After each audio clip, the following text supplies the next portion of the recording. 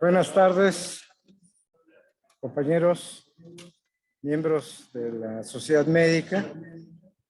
Es un gran gusto presentar el día de hoy al doctor Marino Antonio Capurzo García, quien es el coordinador del Centro de Perfeccionamiento de Habilidades y Destrezas Médicas del área de Educación y Capacitación del Hospital General de México.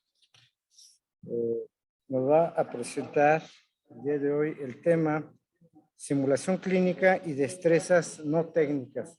Realmente es un área muy interesante que ha permitido que podamos, residentes, incluso yo creo que los médicos, desarrollar algunas habilidades que tenemos que hacerlas necesariamente antes de interactuar con los pacientes. Doctor, muchísimas gracias por aceptar la invitación y adelante con su tema. Pues muy buenas tardes a todos. Le agradezco muchísimo la invitación al doctor Durán y a toda la sociedad médica de que me permitan conversar con ustedes un rato acerca precisamente de este tema que ahorita vamos a ver. Yo sé que levanta muchísima inquietud en que nos tengamos que referir como destrezas no técnicas. Yo tomé ese término, pero hay más de uno. Bueno, por adelanto, declaro que no tengo ningún conflicto de interés con la Sociedad Médica del Hospital General de México y que específicamente todo lo que vamos a poner acá es algo que está sustentado, pero que son en mucho sentido opiniones vertidas en esta presentación que son sacadas en conclusión por parte de un servidor y de lo que hemos vivido. Bien, de lo que vamos a tratar son estos 6 puntos básicamente. En primer lugar, tiene mucho que ver todo esto, sino que todo, con la calidad del servicio y seguridad del trato con el paciente. Entonces van a ser todos estos lo que dicen cuáles sean los errores médicos, qué son las destrezas no técnicas, cuál es su importancia, cuál es el impacto que van a tener, cómo y se les va a evaluar, cómo las puedo yo observar en un momento dado y poder capacitarlas en ellas y bueno, qué conclusiones tenemos que hacer hacia futuro lo que tenemos que ver. Quizá una de las resumen que podemos ver en esta lámina es mucho cuando el cirujano le está diciendo precisamente que puedes en un momento de enseñarle a operar a un chimpancé, pero no lo vas a enseñar a pensar. Y van a ver ustedes al final que esto tiene un sentido bastante, aunque peyorativo, de lo que nosotros en un momento dado vamos a estar viendo esto.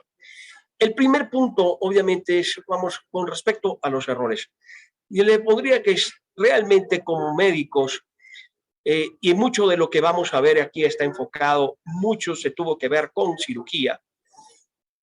Estamos en esta situación. Tenemos que mantener un equilibrio en el cual, por un lado, tenemos que estar buscando cada vez la excelencia y esto tiene que ser que hacemos cada vez cirugías más complicadas o procedimientos que son mucho más complicados y que implican un riesgo, pero que tenemos que también tener una sapiencia para saber hasta dónde puedo llegar y que esto no implique que yo esté sometiendo a un riesgo innecesario o producirle un daño al paciente. Y esto parece un equilibrio que no es tan sencillo porque cada vez son más las exigencias que nos hacen como médicos y obviamente nos enfrentamos a ellas. Pero aquí viene el gran problema. Tenemos lo que he denominado como fuego amigo. ¿Por qué? Porque pese a que queremos mantener ese equilibrio, el asunto es que nuestros números no son precisamente los mejores. Y es que estamos viendo que tenemos demasiados eventos en los que se puede ver que el paciente está sometido a un riesgo innecesario cuando se interna en un hospital. Ninguno es aceptable porque la idea es que el paciente regrese o mejor de lo que estaba o por lo menos igual, pero no que inclusive venga y salga con un problema con el que no había llegado. Entonces, estos números son algo que conocemos, pero el problema es qué es lo que estamos haciendo. ¿A qué punto hemos llegado con esto? Fíjense ustedes las cifras que estamos poniendo acá, que precisamente fueron las que motivaron a que se hiciera el informe de errar es humano. Y estamos hablando de prácticamente 100,000 muertes, y esto es el equivalente a que un jumbo si estuviese estrellándose solamente en Estados Unidos cada 2 días, de la cantidad de daño o daño colateral que recibe un paciente en el caso de que son todos relacionados con errores médicos. Entonces, obviamente, esto es algo que nos hace pensar. Bueno, Entonces, ¿qué fue lo que hicieron o qué respuestas dieron los sistemas de salud ante esta situación? Bueno, primero crearon agencias de seguridad del paciente, se crearon protocolos para que se pudieran colocar, por ejemplo, los catéteres venosos siguiendo una normativa, o protocolos para evitar infecciones en el sitio quirúrgico, y en el medio crean las famosas checklists, con la idea de que la checklist iba a ser definitivamente algo que nos iba a ayudar. Y bueno, se sacaron informes en los cuales efectivamente la checklist, que seguramente todos hemos visto, nos decía, no, es que vamos a hacer una observación antes de que empecemos a hacer el acto quirúrgico, porque esto se refería mucho a cirugía, durante el acto quirúrgico, antes de que vayas a hacer cualquier cosa, y después cuando el paciente se vaya a ir. El asunto es que con esto inclusive se originaron grandes expectativas. Y bueno, cuando se hicieron los primeros resultados o se pudieron publicar, aquí están. O sea, los primeros 4,000 pacientes que se estudiaron en forma multicéntrica decían, oye, se está reduciendo hasta en 1/3 todas las de cualquier tipo de complicaciones. Las muertes inclusive se fueron mucho más abajo, y las infecciones del sitio quirúrgico también. Todos tuvieron una sustancial disminución. Entonces, obviamente, ante esta visión, se llegó a pensar que las listas de cotejo, las listas de verificación iban a ser esa parte que nos iba a ayudar. El problema es que las listas de verificación solamente crearon una forma, una estructura, pero de ninguna manera te hicieron ni mucho más eficaz en el aspecto de lo que tú tienes que realizar, ni mucho menos vamos a estar pensando que te iban a hacer pensar de otra manera. Solamente era una estructura. Y bueno, cumplió con el cometido, pero venimos a ver que inclusive se hizo un informe y se publicó el informe de Atul Wadhwani, en el cual prometía que llevando a cabo las checklists íbamos a tener unos grandes resultados. El problema es que lamentablemente hoy sabemos que esta promesa no pudo hacerse de forma universal. Entonces, la pregunta es, ¿qué es lo que está pasando? O sea, realmente, a pesar de las checklists, seguimos viendo esto. Seguimos teniendo eventos que no deberían de ocurrir. Inclusive, ustedes vean lo que estamos poniendo en el número 5, cuando tienes muerte intraoperatoria o posoperatorial inmediata en pacientes con la salud. Y dice, oye, no es aceptable. La pregunta es, entonces, seguimos teniendo problemas con esto. Y dices, bueno, pero no es lo único, a lo mejor hubo algún otro error. Pero vean, estas cifras son los números que salieron en la era post-checklist. Y resulta de que solamente en el Reino Unido se dieron cuenta de que no estaban logrando disminuir de manera significativa los mismos errores que habían buscado corregir con el asunto de las checklists.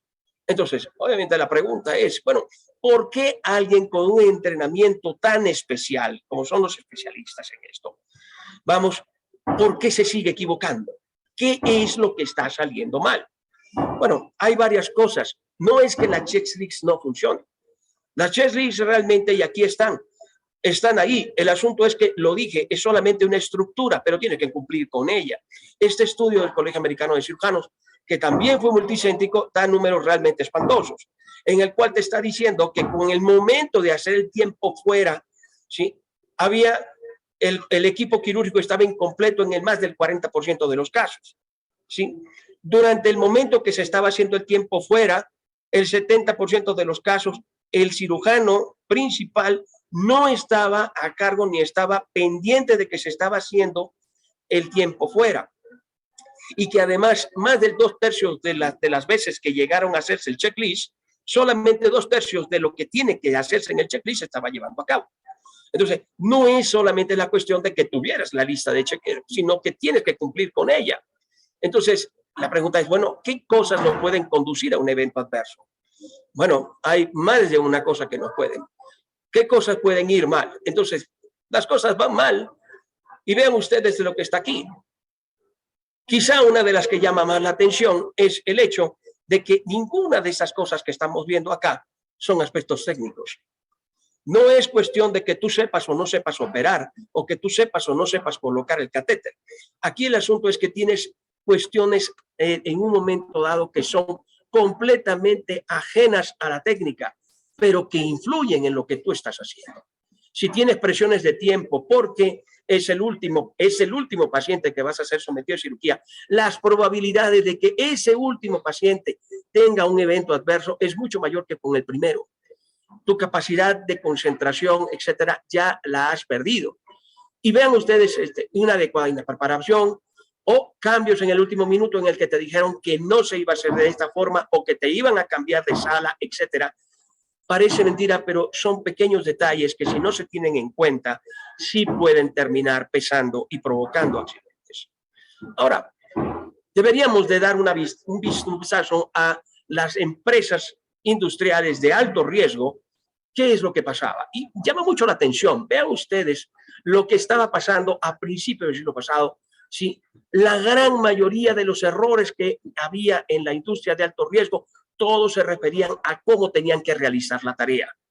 Pero conforme pasa el tiempo y la gente ya sabe cómo tiene que hacer algo, el asunto es que ahora el gran problema es sobre conducta humana, lo que realmente está provocando los problemas.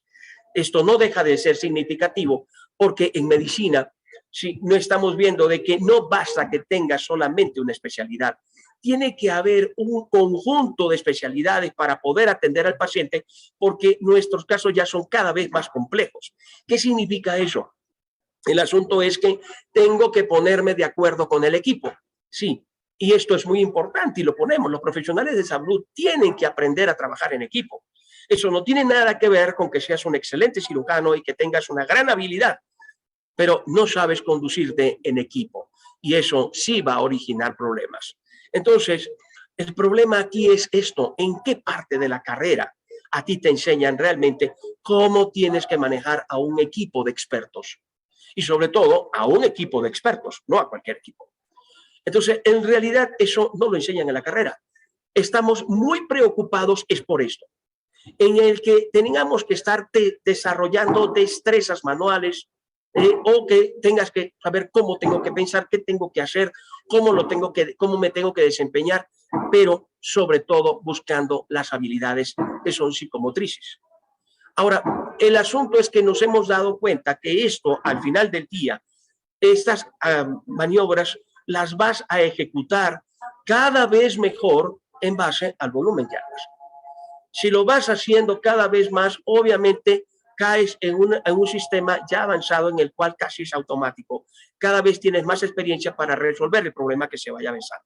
A eso, la parte técnica es a lo que alcanzamos y a lo que estamos más dados. Inclusive cuando van a pedir los cursos, muchos están versados en que vamos a hacer simulación, pero es utilizando la destreza de cómo voy a tener que agarrar el laringoscopio, cómo voy a colocar el tubo, cómo escojo el tubo, pero ¿y el ambiente alrededor?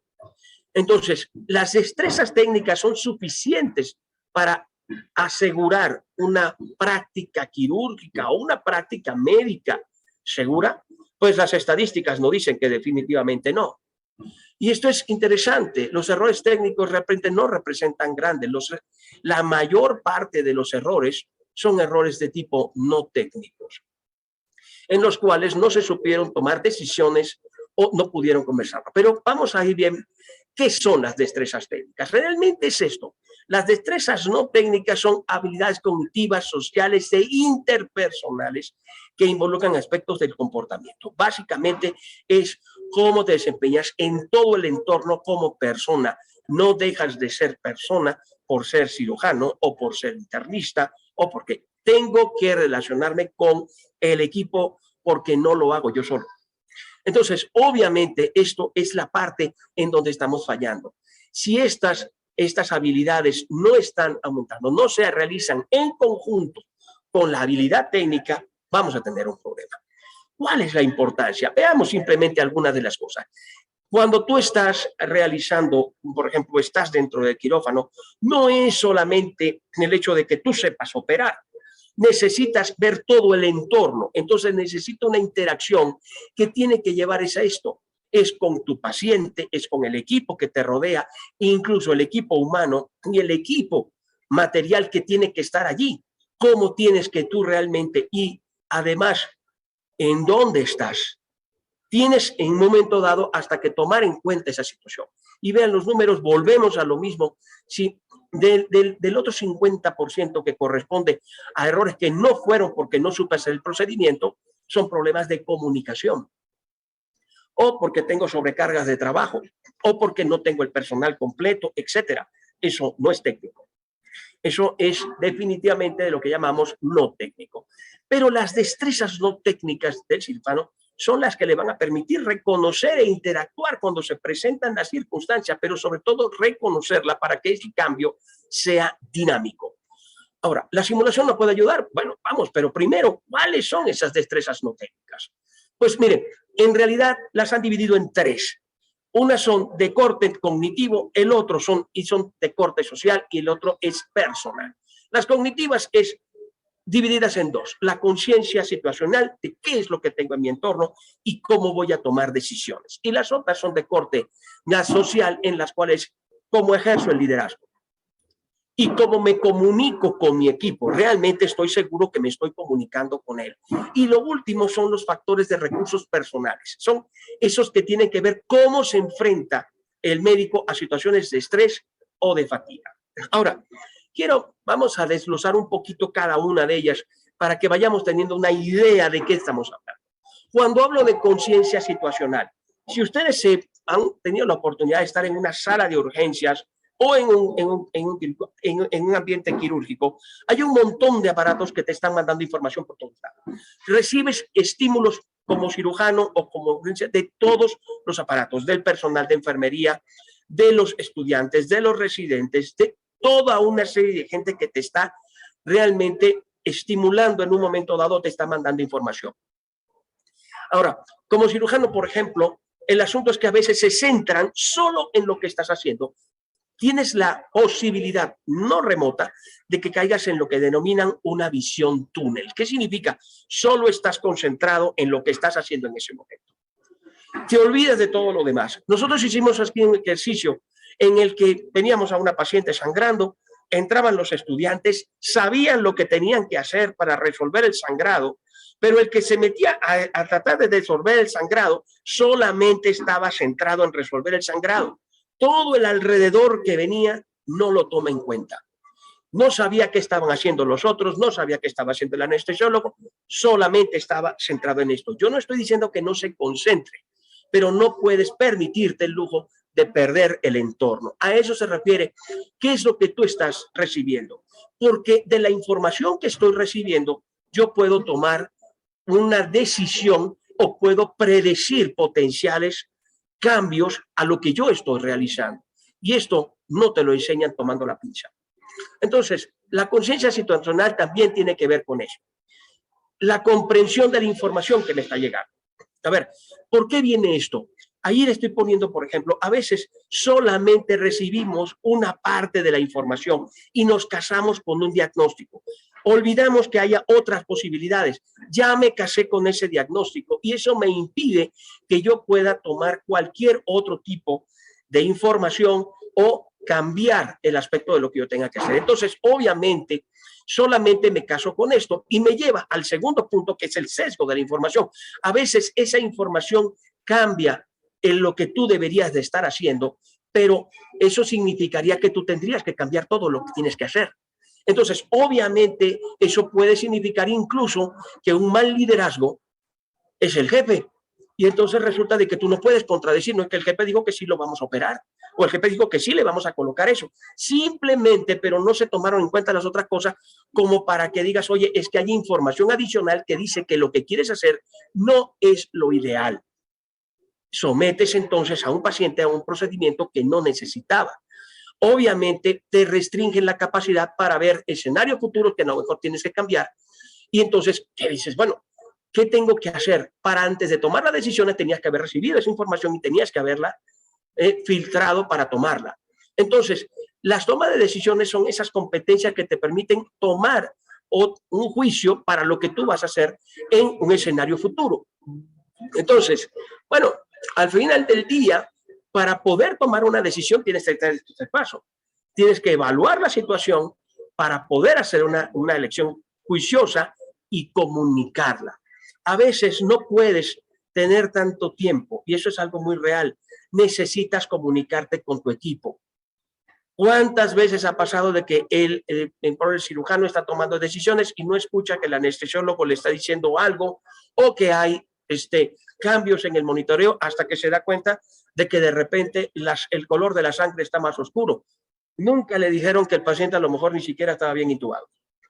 Entonces, el asunto es que necesito una comunicación o que estaba en mala posición. ¿Qué opciones tengo de esto? Las opciones que puedo tomar, la tendencia natural para poder tomar decisiones que digas, es lo que yo estoy acostumbrado y es lo que yo llevo a cabo. Perfecto. Pero ustedes imagínense que pudieran tener un escenario en el que no solamente le digas que tiene que intubar al paciente, sino que le dices, oye, si no lo quiero intubar, porque el costo, porque ¿qué otra alternativa tengo? Entonces, poder en un momento dado decir, oye, ¿cuánto cuesta si yo no lo intubo? Si yo utilizo esto. O, como dicen, el paciente te dice, el estudiante, no, es que le voy a sacar una tomografía, y le dijeras, oye, no hay tomografía, solamente hay placa.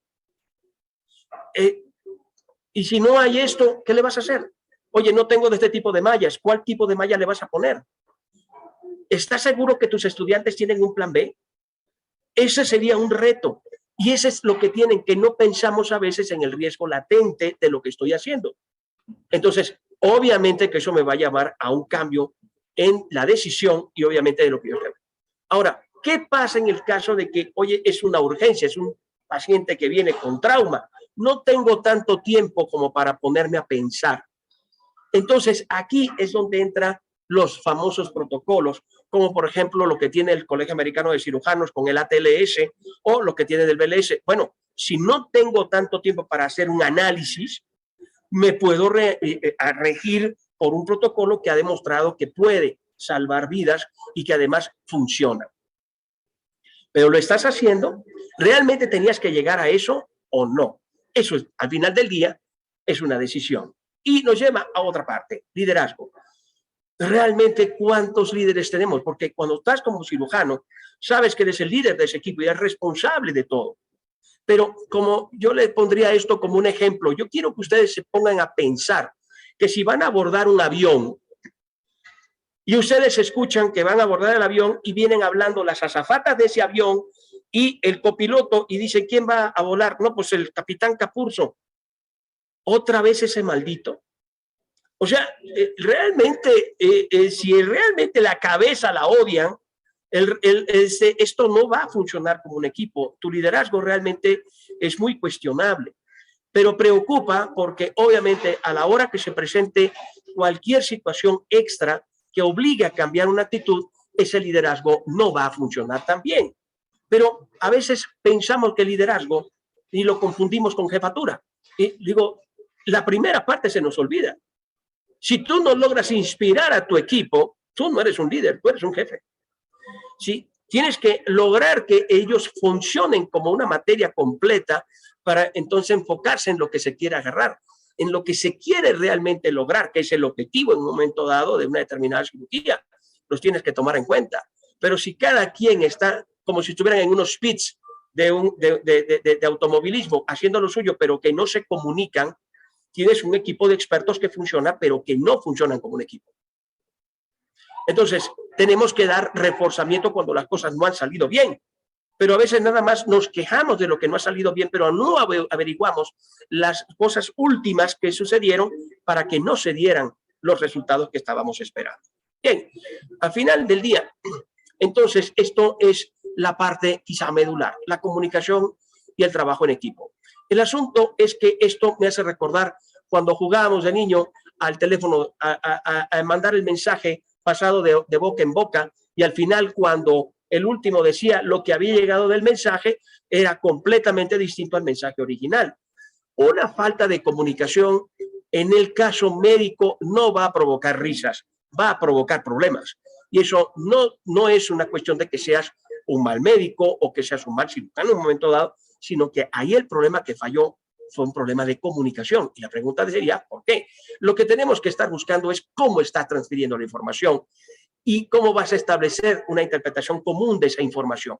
¿Estás seguro que lo que tú estás diciendo está siendo interpretado por tu equipo de la misma manera? Recordarán que los viejos cirujanos a veces no hablaban, solamente hacían expresiones con las manos para pedir un instrumental. Una enfermera instrumentista al lado de un cirujano de ese tiempo estaría completamente en desventaja porque no entendería el idioma en el que se está dirigiendo. Se supone que me estoy comunicando, pero no es real. ¿Estás seguro que de lo que estamos hablando es lo mismo? ¿Hablas con tu equipo antes de hacer el procedimiento o simplemente vas y lo haces? Parece que esto es algo que no tomamos en cuenta. ¿Cuáles son las barreras que puedes encontrar en la comunicación? Puedes dividirla en dos, externa y interna. Debe haber muchísimo ruido, por ejemplo, y ustedes lo saben, por ejemplo, en el medio quirúrgico es bastante ocurrido eso de que pone el anestesiólogo no solamente se encarga de dormir al paciente, sino de poner la música. Entonces hay personas que hablan con un volumen muy bajo. No te estoy escuchando, estoy tratando de interpretar lo que estás diciendo. Y encima estamos hablando con un barbijo que obviamente me impide que me puedan siquiera entender un poco. A lo mejor la distancia no es la propia. Ahora, el asunto es que yo tampoco sé cómo vienes tú, la parte interna. A lo mejor no me entiendo, no supe lo que era lo que querías decir con lo que dijiste, o tengo anteriores experiencias contigo que no han sido de lo más agradable y me impiden que yo me pueda comunicar sin estar a la defensiva. Parecen cosas menores, pero no lo son. Ahora, entonces, la pregunta es, ¿cómo voy a evaluar todo esto?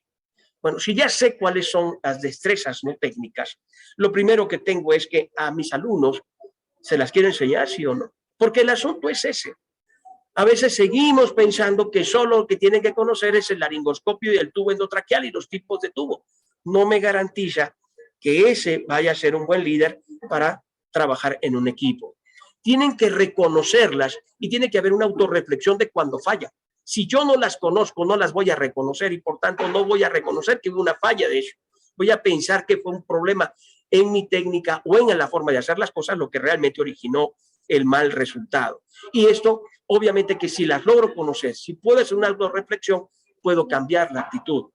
Entonces, como cuando dices, ok, el paciente, la señorita que le había puesto del caso, estaba sangrando, y dice, bueno, al final el paciente en forma simulada fallece, pero dice, bueno, ¿por qué falleció? ¿Qué fue lo que hizo tu equipo que no funcionó? Y reconocer que no funcionó por cuestiones que no fueron solamente el hecho de que tú tratabas de parar el sangrado, sino que los demás tenían que hacer algo que tú no diste y estaba completamente claro lo que realmente produjo el resultado final. Entonces, ¿qué es lo que esperamos alcanzar cuando digamos? La primera, trabajo en equipo. Sí, y bueno, ¿cómo logro yo hacer esto? Creo que hay gente que tiene mucha experiencia en esto y lo ha visto. Simplemente el que no pueda hacerse responsable de un caso clínico de papel, no puede hacerse cargo de un caso clínico en la vida real. Eso es mentirse. El caso clínico en el papel, en un grado de simulación, lo vas a poder controlar. En la vida real no vas a poder. Hay cosas que se escapan a nuestro control, entonces tendremos que estar todavía mucho más cohesionados para poder resolver. Tiene que haber conciencia de la situación de dónde estoy, qué cosas tengo a mi servicio, qué señales y qué información me están dando y yo qué información le estoy dando a mi equipo para poder terminar una tarea. Y lo más importante, salga bien o salga mal, ¿cuántas veces hacemos una reflexión sobre lo que realmente funcionó y aquello que simplemente no funcionó? En un medio controlado, como es eso de poner un examen con un caso clínico, etcétera, tienes el control para hacer la reflexión. Ahora, ¿cómo voy a dar entrenamiento entonces? Porque esto no es fácil. Puede haber todas esas son técnicas definitivamente para hacerse cargo de esto, pero la recomendación en sí ahorita es esta. Utilizar estos escenarios tutelados en los cuales tú tengas el control como profesor, pero que realmente se comprometan quienes están en esto a ver cómo vamos a funcionar, sobre todo como líder, como equipo, y resolver el problema que estamos teniendo. Para esto, el gran problema que tenemos es el número 3, el tiempo. A veces dice, oye, necesito que me entrenes a mi gente. Yo le digo, es que yo no entreno. Sí, hay quienes agarran y dicen que entrenan, pues ahí entrenas perros, pero a los médicos no los entrenan. Le doy una capacitación, les digo cómo tienen que actuar como equipo, pero no los entreno. Y además no es cuestión de que me lo mandes un día. Necesito que tengan un contacto entre ellos mismos para que se conozcan. Cuando hablas de liderazgo, el líder conoce cada una de las virtudes y los defectos de su equipo y puede encargárselo porque los conoce. Nunca se conocen a veces. Y entonces, ¿cómo pueden actuar? O me puedes decir que pueden actuar como equipo. No hay manera. Bueno, esto no es privativo nuestro y el Colegio de Escocia reunió a un conjunto de médicos y de cirujanos y en su caso de anestesiólogos y de psicólogos con los cuales crea esto de Not Technical Skill Surgeon, porque fue dirigido básicamente a la cirugía, que era donde estaban teniendo problemas. Y bueno, ¿qué básicamente lleva esto? Perdón. Bueno, básicamente el NOTS lo que está es diciendo, es un sistema de calificación, porque estamos hablando de conductas, lo cual no es tan sencillo de si tomó bien o no tomó bien la pinza.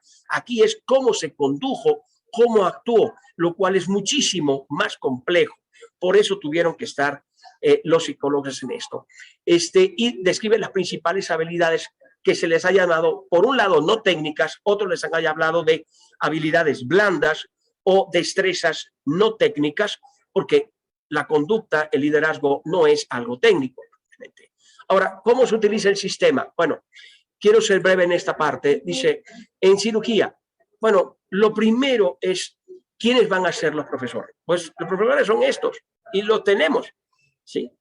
Es el de cirugía, el de urgencia, depende de lo más importante, que está ahí en azul. ¿Qué es lo que tú quieres evaluar y qué es lo que tú quieres en un momento dado primero buscar como objetivo? Tienes que decir, antes de poder pensar en una simulación, tú tendrías que haber fijado el objetivo. Y a veces el objetivo es tan vago como decir, yo nada más quiero que aprendan a intubar. Perdón que me refiera a eso tantas veces. Pues sí, eso es simplemente colocar un tubo en la garganta. Pero ¿y el entorno? O sea, ¿realmente eso cuándo lo vas a enseñar? O sea, el requerimiento de saber cuándo sí y cuándo no. Decía el doctor Cervantes Capurso, un cirujano realmente listo no es el que sabe cuándo operar. Un cirujano realmente listo es el que sabe cuándo no debe de operar. Entonces, esto es necesario a través de la simulación, lo puedes hacer de crear casos. Y yo les decía, por ejemplo, en las destrezas técnicas, ok, ¿cuántas veces ha pasado de que tienes un caso determinado muy de vez en cuando? Pero en simulación tú puedes crear ese caso y recrearlo, aunque el alumno nunca lo haya visto. Prepararlo para aquello para lo cual creen que esto no es algo que sea algo frecuente, pero sabes que puede pasar. Entonces, esa es la gran ventaja. Tienes el control desde ese punto de vista. Ese es un ejemplo aquí de lo que es de qué es lo que yo voy a hacer. Todos hacían las maniobras correctas para tratar de detener el sangrado. Pero el problema es que el resto del equipo, al final lo que terminaban eran como espectadores. Realmente no estaban ayudados porque nadie decía ni nadie tomaba el liderazgo para decir de qué se iba a encargar. Y resulta que tenemos protocolos.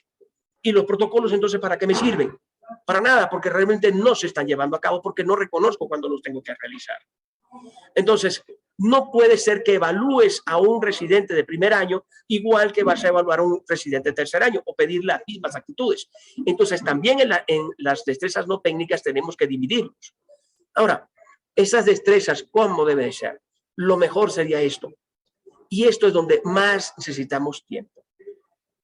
A ver, una pregunta tan excelente dice, oye, ¿qué pasó? Hacer lo que llamamos el debriefing, esa reflexión posterior a haber realizado todo y que el que está como facilitador pueda decir, a ver, ya terminó todo, se terminó el tiempo, a ver, vamos, ¿por qué se perdió el funcionamiento del equipo? ¿Qué fue lo que sí funcionó y qué fue lo que no funcionó? ¿Por qué se complicaron las cosas? ¿Qué harías distinto la próxima vez? Estoy obligando a una reflexión y esa es una inversión profunda en el caso. El asunto es que muchos de nuestros estudiantes todavía cuando van a simulación piensan que van a una juguetería. Pero el compromiso empieza por el que está ahí enfrente. Y ese es el que tiene que realmente crear para que el ambiente se entienda que lo que hacen mal ahí lo van a terminar haciendo mal con el paciente también. Muy bien. Ok, entonces, finalmente, aquí la conciencia de la situación, dices, esto eran imágenes que tomamos cuando estábamos en plena pandemia y utilizándolo, este sistema para entrenar cómo tenían que hacer para estar con todo el equipo de protección puesto y tenían que estar intubando a un paciente que tenía infección por COVID. Entonces, el asunto es que tenían que, lo que más les costaba era dar órdenes en tiempo, en forma y que verificaran que se cumplían. Daban las órdenes, pero las daban al viento. Alguien que canalice, alguien que haga. No es alguien. No sabes ni los nombres de tu equipo. ¿Cómo pretendes que te devuelvan una buena acción si ni siquiera te puedes dirigir por ellos con su nombre? Entonces, esto origina muchísimos más problemas de comunicación de lo que pueda pensarse. Y entonces no esperaban a una respuesta, sino cometían uno de los errores que vieron en una lámina. Suponen, yo suponía que el doctor se iba a encargar de esto, yo suponía que ya iba a ser malo. Eso no tiene nada que ver con tu destreza para poder intubarlo, pero es parte de todo esto. Y bueno, si tú recibes bien la información, puedes pensar qué es lo que se puede pensar a futuro para poder vivir. Ahora, ¿qué vamos a evaluar? Primero es esto, mantener una conciencia dinámica de la situación, de lo que estamos. Si es la situación, es esto lo que queremos. Ahora, hay una cosa que es interesante. Vean, ¿cómo lo evalúa? Esto es lo que la carta. Yo voy a llamar la atención de ustedes solo en 2 puntos. Cuando hablamos de una conducta apropiada, no estamos hablando de que sea mala, sino conducta apropiada y pobre. Me encantó esto porque no es los buenos y los malos, no es blanco y negro, porque son conductas. Dice, optimiza las condiciones de funcionamiento antes de comenzar. Dio el tiempo fuera, realizó. Se dieron cuenta que si el cirujano era el que hacía el tiempo fuera, realmente le iba mejor que cuando solamente se lo delegaba a otra persona. Y es una forma de obligar, porque a veces hacen el tiempo fuera y el cirujano principal no está. No tiene sentido. O está constantemente, estamos bien, al anestesiólogo, oye, todo está bien, tenemos bien, estoy bien aquí, o que tenga la confianza del anestesiólogo que esté preguntando, y Capurso, ¿está sangrando? Porque me está bajando la presión. Sí, ya que ahora me lo ibas a informar. O sea, esto es parte. Ahí tienen ustedes, en cambio, en las conductas pobres. No escucha al anestesiólogo. ¿Dónde lo han visto? Oye, es que me está bajando. Pues tú resuélvelo. No se trata de eso. Se trata precisamente de eso. Es cómo interpreto la información que me están dando. ¿La recibí completa o solamente recibí aquella información que me sirve para que yo pueda decir que mi diagnóstico es el correcto? Y entonces soslayo otro porque, y ese soslayo que hice puede significar que yo tenga que cambiar todo el diagnóstico y que tenga que cambiar todo lo que yo tengo que hacer o hasta diga, no voy a hacer el procedimiento. Entonces, está recibiendo toda la información. Esto puede parecerles a ustedes algo no de mucha monta, pero yo quiero ver cuando tienes esos expedientes que son kilométricos, que cuando los revisas. Y eso nos da problemas. Entonces, no es eso. Bueno, cuando estamos viendo esto, es qué fue lo que hizo con la información que le dieron, ¿no? Y entonces dice, bueno, actúa de acuerdo a la información. A veces recibe la información, pero no le hace caso, sigue con lo que estaba pensando.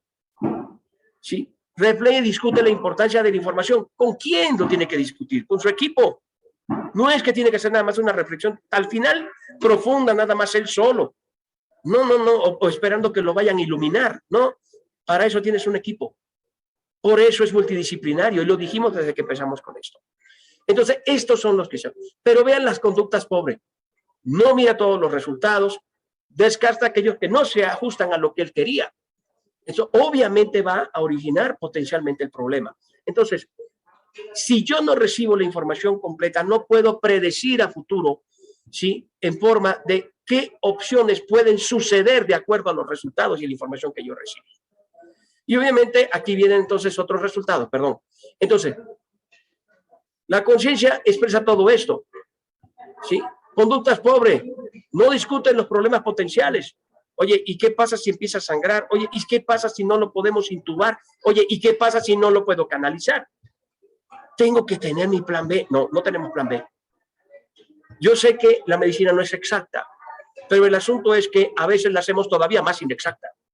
Entonces, cuando tenemos que tomar decisiones, es habilidades para el diagnóstico de la situación y llegar a un juicio. Para eso tienes tu equipo de trabajo, y eso es lo que tenemos que funcione como eso. ¿Cuántas veces a ustedes, sobre todo somos muy injustos con los internistas, ¿no? Hacemos todo un desastre, los queridos cirujanos, soy cirujano, y entonces, oye, no está orinando, pues llámate al doctor, al internista, pues que dile que no está orinando. A ver, ¿y por qué hasta ahorita me está llamando? Me haces una interconsulta cuando ya se te fueron las cosas de la mano. O sea, perdón, pero eso no es trabajar en equipo. Entonces, ¿cuándo realmente te ha puesto? Y lo peor es que pasamos ese tipo de actitudes de generación en generación. Pero eso tiene consecuencias. Y queremos que las cosas nos las solucionen rápido. Perdón, como cirujano lo he visto más de una vez. Ahora, evalúate todos los riesgos y esta es la forma en que la veo. Comportamientos que no son opciones. No solicito opinión de nadie más. No, como yo soy el cirujano, pero yo no tengo ya por qué preguntar más nada. ¿Cuáles son las escalas? Básicamente, y con eso termino. Aquí están. Ustedes tienen que tomar en cuenta que de lo que estamos hablando aquí es de conductas, de un trabajo que no es tangible. No puedo evaluar como pasa con las destrezas técnicas en las que yo digo, supo tomar el portaagujas, supo tomar el laringoscopio. No, aquí es una conducta, es actitud. Y entonces, bueno, tenemos que tener todo esto. El problema es que si no lo pongo en la palestra, obviamente seguimos pensando que esto no nos va a pasar. Entonces, obviamente, para final, diría que para concluir, sin duda, tomemos en cuenta que el único hombre que nunca comete errores es el hombre que nunca hace nada. Es igual que digas un cirujano que no tiene complicaciones, pues tienes un cirujano que no opera. ¿No? Pero si estás metido en este candelero, sabes que estás expuesto. El asunto es que hay que tratar de hacer lo mejor posible. Concluyo que las destrezas técnicas son necesarias, pero no son suficientes para tener altos niveles de seguridad. Se amerita que poner atención a los aspectos conductuales de rendimiento, ya sea en un ambiente quirúrgico o en un ambiente que no sea quirúrgico. En todos. Esas son las que denominan destrezas no técnicas. Su utilidad va a desarrollar en el desarrollo holístico de la personalidad del paciente y la seguridad del paciente. Sí, pero la otra debe de ser una herramienta de evaluación. No puede ser que tú le digas así no se hace. Tiene que haber un consenso. Esta escala que yo acabo de mostrarles no es la única. Hay otras. El asunto es cuando vamos a tener la nuestra. Porque obviamente México es México, no es Escocia. Entonces, tenemos que sabemos cuáles son, ¿por qué? Porque tenemos una cultura y la cultura influye en nuestra conducta y en nuestra forma de tomar las decisiones. Entonces, la fase pendiente es desarrollar una herramienta de evaluación, pero lo primero que tenemos que hacer es tomar conciencia de que necesitamos concientizarnos, insisto, y valga la redundancia, de que hay algo más que el mover las manos o tomar una decisión, sino que hay otro conjunto de cosas que forma parte del manejo del paciente y que le va a brindar seguridad. Bueno, no sé si hasta aquí tengan alguna pregunta. Ahorita lo voy a dejar, voy a concluir para que podamos dejar a las preguntas. Lo más importante es tener un equipo que comparta tus sueños. Y bueno, tengo la fortuna de que ellos siempre me acompañan, están aquí conmigo y yo les agradezco porque nada de lo que ustedes vieron es algo que sea absolutamente mío. No lo haga de esta forma, es precisamente esa capacidad para poder recibir enfoques de todos. Y tenemos no solamente dentro, sino fuera del área del CEFADEN, tenemos gente que se ha preocupado y que ha dicho sí, pero ahora tenemos que preocuparnos es cómo interactuamos entre nosotros. Así que, bueno, los dejo con esta frase, no es mía, pero me encanta. Dice, cuántas cosas maravillosas pueden lograrse si nos dejamos de preocupar de quién es el crédito. Muchas gracias. Excelente presentación, doctor, y su reflexión me parece extraordinaria porque las habilidades no técnicas creo que a veces no le ponemos mucho interés porque es un problema conductual. Creemos que el operar bien, hacer un buen diagnóstico, eso es lo más importante, pero hay cuestiones psicológicas que a veces influyen muchísimo en los errores. Y yo creo que el área que tiene el doctor Marino Capurso, creo que lo ha desarrollado de manera extraordinaria Doctor, muchísimas gracias. El doctor Héctor Hugo Rivera nos Doctor, puede tiene dar aquí una pregunta.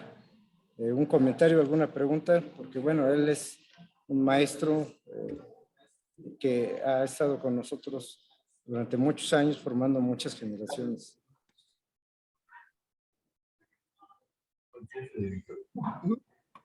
No me fijé, doctor. Yo. Sí, doctor, tenemos preguntas acá. A ver, adelante. Sí, adelante. Por favor. Sí, doctor, adelante, doctor. Volteando para allá, amigo. Mira, Felicidades por la presentación. Y tengo dos preguntas que se me hacen muy interesantes. Una, en los servicios de urgencia, siempre debe de estar al frente y el que recibe el paciente el más capacitado para poderlo referir. En todos los hospitales ponen al de menor jerarquía y al que no tiene una experiencia para decir sí entra, no entra, qué características se tienen. Y a veces uno está solo. Entonces, aquí no hay equipo. Tiene que tomar una decisión. Y la segunda es las consejerías. También en consejerías se supone, y lo que yo he leído, el que da el consejo es el que tiene la mayor experiencia para cortar el tiempo de diagnóstico y no dejarlo que le van a tomar la tomografía dentro de 6 meses, dentro de 5 meses, tratar de hacer una consejería bien establecida. Inclusive, gracias por la pregunta. Efectivamente, estamos dejando al frente y no es lo único. Dejas enfrente a alguien que no solamente no le diste el entrenamiento, sino que ni siquiera cuenta contigo. Porque todos sabemos y nos hemos enfrentado a situaciones estresantes, pero caramba, cuando tú eres interno, creo que yo recuerdo de interno realmente para mí era de los momentos más estresantes. Y si me decía usted, hazte cargo, Capurso, yo entraba en pánico, porque digo, yo ni siquiera había tenido contacto con un paciente, etcétera, y de repente dice, déjame solo, tomando decisiones. Al final del día, yo le diré una cosa, doctor. Aquí sí esto se parece, me parece un momento adecuado para comparar con los pits de los automovilistas. A ver, de los automovilistas, de la Fórmula 1. Cuando la Ferrari pierde todo el equipo. Pero cuando ocurre una pérdida en medicina, el único que pierde es el paciente. Entonces, tenemos que, a lo que se refiere usted, por ejemplo, de las dos cosas. Una, oye, lo voy a dejar enfrente. Sí, pero primero le diste el entrenamiento. ¿Sí? Y tiene la confianza de que sabe. A veces no saben ni siquiera cómo se ponen las puntas nasales. Nos ha tocado decir, a ver, pruébalos desde el primer día. Los pones en un ambiente simulado y están desesperados porque no saben colocar el vaso borboteador. Y dices, es que eso lo hace inhaloterapia. Inhaloterapia se partió el pie viniendo para acá. O sea, ¿y qué? ¿No le vas a poner la punta porque no vino inhaloterapia? No es que no pueda, se lo dice. Ahora, si algo realmente salió bien, es como el chico que sacó 10. Y sabiste, tú estás consciente por qué sacaste 10. Porque si no estás consciente, estás igual que al principio. Puedes otra vez, la siguiente vez, puede que saques 0. Entonces, si salí en cambio mal, entonces tengo que reflexionar, oiga, ¿por qué salí mal? ¿Dónde está tu rúbrica o tu sistema de evaluación para que yo pueda saber qué fue lo que no hice? Nos estamos enfrascando mucho en dar clases. El asunto es, ¿qué es lo que estamos recibiendo de allá para acá? No de aquí para allá. Es qué es lo que tú necesitas, no es lo que yo quiero darte. Entonces, cuando habla de las consejerías, sería el equivalente, doctor, a hacer un debriefing. Ok, las cosas no salieron bien, chicos. Ok, quiero que sepan, a ver, ¿por qué? No es que yo se lo diga, es que hiciste esto mal. Eso es regañar, no es definitivamente formal. No es formativo. Pero si, oye, es que creo que me faltó esto. Bueno, para fines prácticos, ¿a ti qué sientes que te falta? No, yo creo que me debo de entrenar. Usted imagínese nada más que sea el alumno en un momento dado que se percate de que donde tuvo los errores fue que no supe cómo agarrar el laringoscopio, que no supe qué tipo tuvo a tomar, que no supe qué tipo de muestra tomar o cómo. Él ya solo sabe dónde tiene que buscar el entrenamiento. No es que el profesor le diga lo que él tiene que reflexionar. Muchas gracias por la pregunta, maestro, por favor.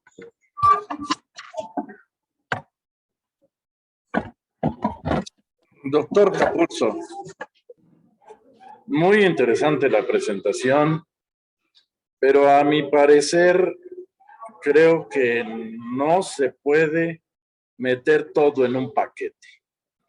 ¿Y a qué me refiero? Se habló de destrezas no técnicas y eso me quedó muy claro, que estamos desarrollando actitudes más que destrezas. No me gusta el término destrezas no técnicas porque no es una destreza, en realidad una actitud. Y la otra, cuando me hablas de la simulación y me presentas las imágenes que me presentaste con maniquís, pues esa es una simulación de una situación para desarrollar una destreza verdaderamente técnica y muy difícil de desarrollar una actitud frente a un maniquí. En medicina, cuando yo me enfrenté alguna vez en una muy reconocida institución de posgrado, en donde la base de toda su formación es el estudio del caso. A mí, yo dije, pues eso lo hacemos siempre en medicina. Aparentemente. ¿A qué digo aparentemente? Porque el estudio del caso no es presentarle a los estudiantes o residentes un caso. Eso no es suficiente. Ahí solo te estoy presentando una situación. Pero si el estudio del caso no está diseñado, preparado, estudiado por el presentador y conductor, habiendo definido qué pretendo lograr con el caso que voy a presentar, si no tengo todo eso, no logro lo que se pretende. Y ahí viene mucho a que lamentablemente en medicina, lo he visto demasiado en las décadas que me ha tocado vivirlo, que presenta el caso el que se siente el jefe. Y al final ni siquiera diseñó las preguntas que iba a hacer, nada. Y aplica aquello de más sabe el burro preguntando que el sabio contestando. Y entonces lo único que logro es demeritar el ego en mis estudiantes. Entonces, esto del caso, que fue lo que tú presentaste como modelo, es un instrumento maravilloso, pero como todo, si se usa y se prepara y se tiene liderazgo, porque tú hablaste del liderazgo del cirujano, de la cirugía. Yo te voy a decir que el liderazgo más importante que existe es el del profesor. Gracias, Capurso. Permítame hacer un comentario, doctor. En lo referente, por ejemplo, que hay un compromiso, efectivamente, en un maniquí, dice, no puedo. Hay una cosa que cuando llegan al centro de simulación, hacemos lo que llamamos es un contrato de ficción. Para mí no es un maniquí, para mí es una persona. Cuesta, porque efectivamente para muchos estudiantes es un maniquí.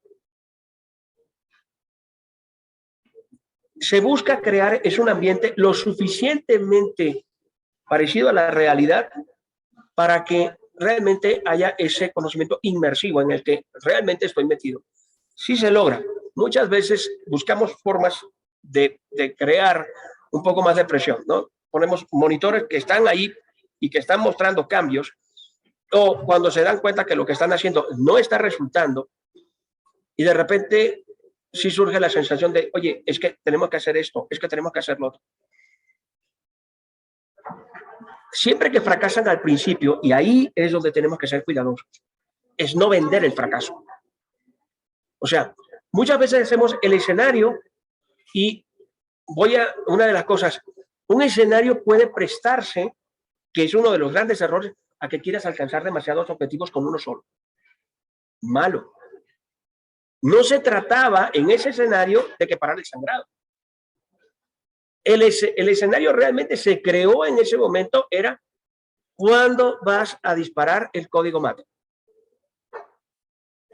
A veces los matabas con una sola pregunta. Sí, terminaron todos, sí. Pero es que se nos murió tiempo afuera. Ese no era el objetivo. Claro que queremos que viva, pero contéstame algo. ¿Cómo se llama tu paciente? Y ya sabrá todo así como que. ¿Quién llevó el control de todo lo que se hizo ahí? Ahorita están esperando, los familiares están enojados. Por eso, sí se la creen. El asunto es que muchas veces yo digo que cuando nosotros dijimos que sí nos funcionaba, es cuando tú escuchas que los alumnos, en lugar de salir con la frustración, dicen, pero lo vamos a repetir, ¿verdad? Porque la próxima vez me va a salir mejor, no nos va a fallar. Y los ve, si da una semana, esos mismos estudiantes que al principio parecían gallinas locas y hacían un desastre, los tienes que ir guiando. Y al final tienes a un líder y todos funcionan como un equipo. Tú te encargas de todo y de repente los ves funcionar que parecen maquinitas. Y ahí entras en otra dimensión. Oigan, lamentablemente, la vida es mucho más compleja que eso. Aquí tenemos el control, allá afuera, hagas lo que hagas, a veces al paciente no te va a funcionar. Pero sí se crea una cosa muy importante, y en eso estoy totalmente de acuerdo. ¿Sabe cuándo hay más compromiso? Cuando el profesor estaba ahí. Cuando realmente sienten que tú lo que quieres es que ellos sean mejores. No que te vengas a lucir diciéndole cuáles son sus errores. Entonces tú no eres un maestro. Tú eres un patán, pero no un maestro. Entonces, no, es ese afecto de decir, chicos, lo hicieron muy bien. Miren, les hago una última observación. ¿Sabe cuándo los desarmas? Cuando les preguntas, no qué fue lo que salió mal, sino, oigan, ¿qué fue lo que hicieron bien? Se quedan así ¿de qué hablas? No, yo no te estoy diciendo, es que hizo mal esto. No, yo te estoy diciendo que qué hicieron bien. Se quedan pensando más tiempo en eso que en los errores. Los errores ya los conoces tú. Lo que quiero es que reconozcas lo que sí hiciste bien, para que eso te sirva de base para cambiar. Sí se puede. Es difícil lo de las destrezas no técnicas. Bueno, que como dice, ellos le dicen no técnicas, skill, nosotros lo hemos puesto, o le habíamos visto lo que eran, esas blandas, o no, le ponía. Bien, en resumen, el asunto es que, como dicen, conductas, sí, pero ¿cómo diriges tu equipo? Porque si no puedes dirigir a tus propios compañeros, no vas a dirigir a una tropa que ni siquiera sabe quién eres. Entonces, sí creas seguridad. La gente te sigue por la seguridad que demuestra. Y la seguridad se consigue con el conocimiento. La simulación tiene muchas oportunidades, pero ojalá, y este es algo de último dejarles, es que entendiera que la simulación no se pase sola. Y a veces tengo la impresión de que creen que el centro de simulación es un kinder, en el que te mando a mis muchachos allá para que los entrenes y yo vengo a las 2 por ello. No me funciona, no nos funciona. Pero gracias, maestro, tomamos en cuenta mucho eso. Doctor Durán, no sé si hay alguna otra pregunta. Gracias al doctor Carlofredo, gracias de corazón. A la doctora López Gavito, saludos. Doctor, muchísimas gracias por su presentación y los invito para que la próxima semana se conecten a esta página que lo va a presentar el doctor Raúl Romero Cabello, que se llama De la viruela a la viruela del mono, que está muy de moda. Gracias, doctor. Exactamente. Nos vemos. Doctores, gracias, que tengan buena tarde. Gracias.